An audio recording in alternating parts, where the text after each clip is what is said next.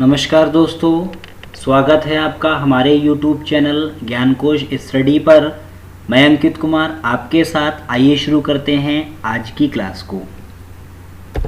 आज की क्लास में हम देखेंगे कि कल हमने जो डिस्कशन किया था वो बेसिक टर्मिनोलॉजीज था जो हम पहले ही पढ़ चुके हैं।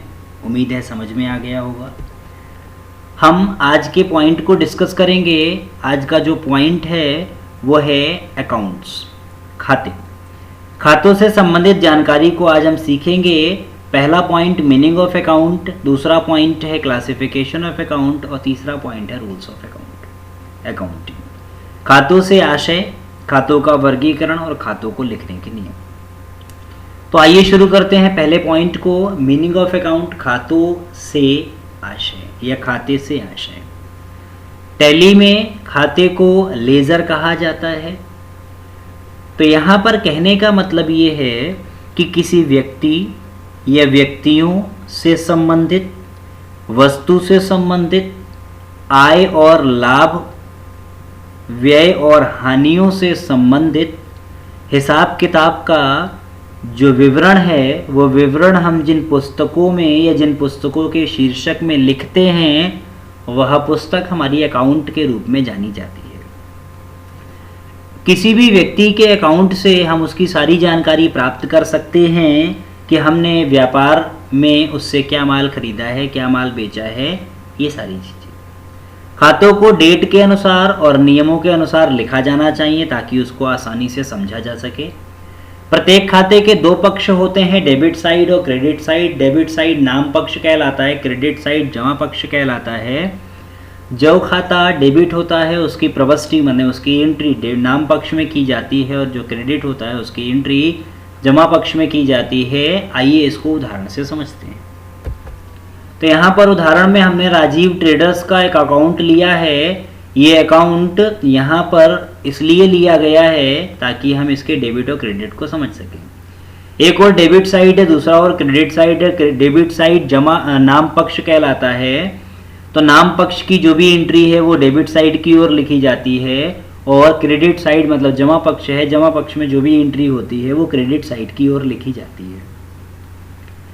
डेट में हम तारीख को लिखेंगे, पर्टिकुलर में डेबिट और क्रेडिट होने वाला स्टेटमेंट लिखा जाएगा जैसा कि हमने नीचे उदाहरण में दिया है। Purchase account debit to Rajiv traders account, और वो अमाउंट जो यहाँ पर डेबिट और क्रेडिट हो रहा है वो लिखा जाएगा अमाउंट में। तो यहाँ पर खातों के क्लासिफिकेशन के बारे में पढ़ लेते हैं। खातों का क्लासिफिकेशन मतलब खातों का वर्गीकरण।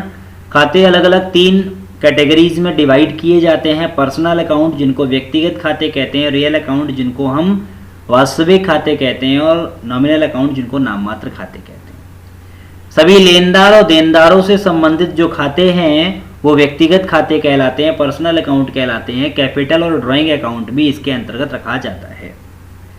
बैंक अकाउंट भी पर्सनल अकाउंट के अंतर्गत रखा जाता है। इन खातों से व्यापार का स्वामी ये जान जाता है कि किन व्यक्तियों से कितना पैसा लेना है और किन व्यक्तियों को कितना पैसा देना है। वास्तविक खाते रियल अकाउंट, संपत्ति से संबंधित सारे खाते रियल अकाउंट के अंतर्गत आते हैं। और हमने पढ़ा है कि संपत्तियां दो प्रकार की होती हैं, फिक्स एसेट माने स्थायी संपत्ति और करंट एसेट माने चालू संपत्ति। तो यहाँ पर फर्नीचर है, मशीनरी है, बिल्डिंग है, लैंड है, मोटरसाइकिल है, ये सारी हमारी स्थायी संपत्ति है। तो इसके सारे खाते वास्तविक खाते कहलाएंगे। और कैश अकाउंट भी वास्तविक खातों के अंतर्गत आएगा। टैली में सभी वास्तविक खाते हमेशा डेबिट होते हैं।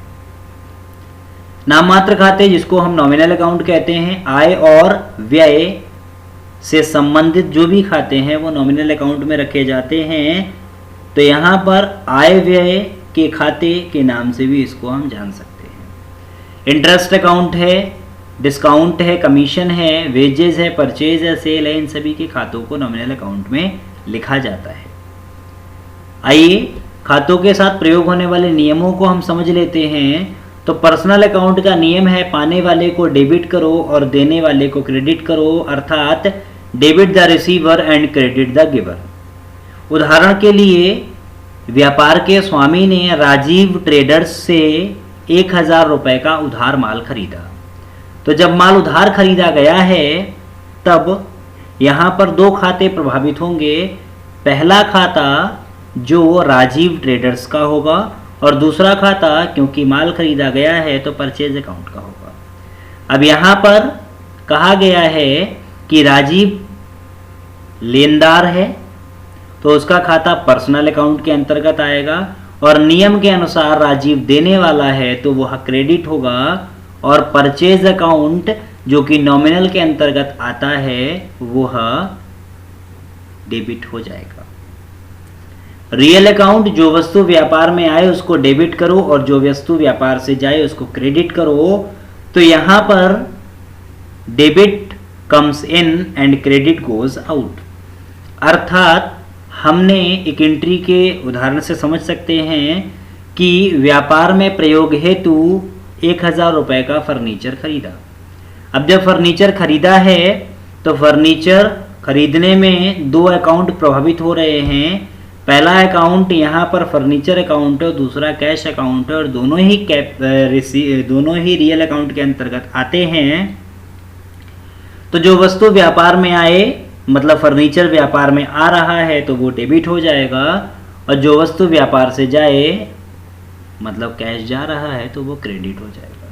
हमने पीछे बताया था कि रियल अकाउंट के अंतर्गत आने वाले सारे खाते डेबिट होते हैं।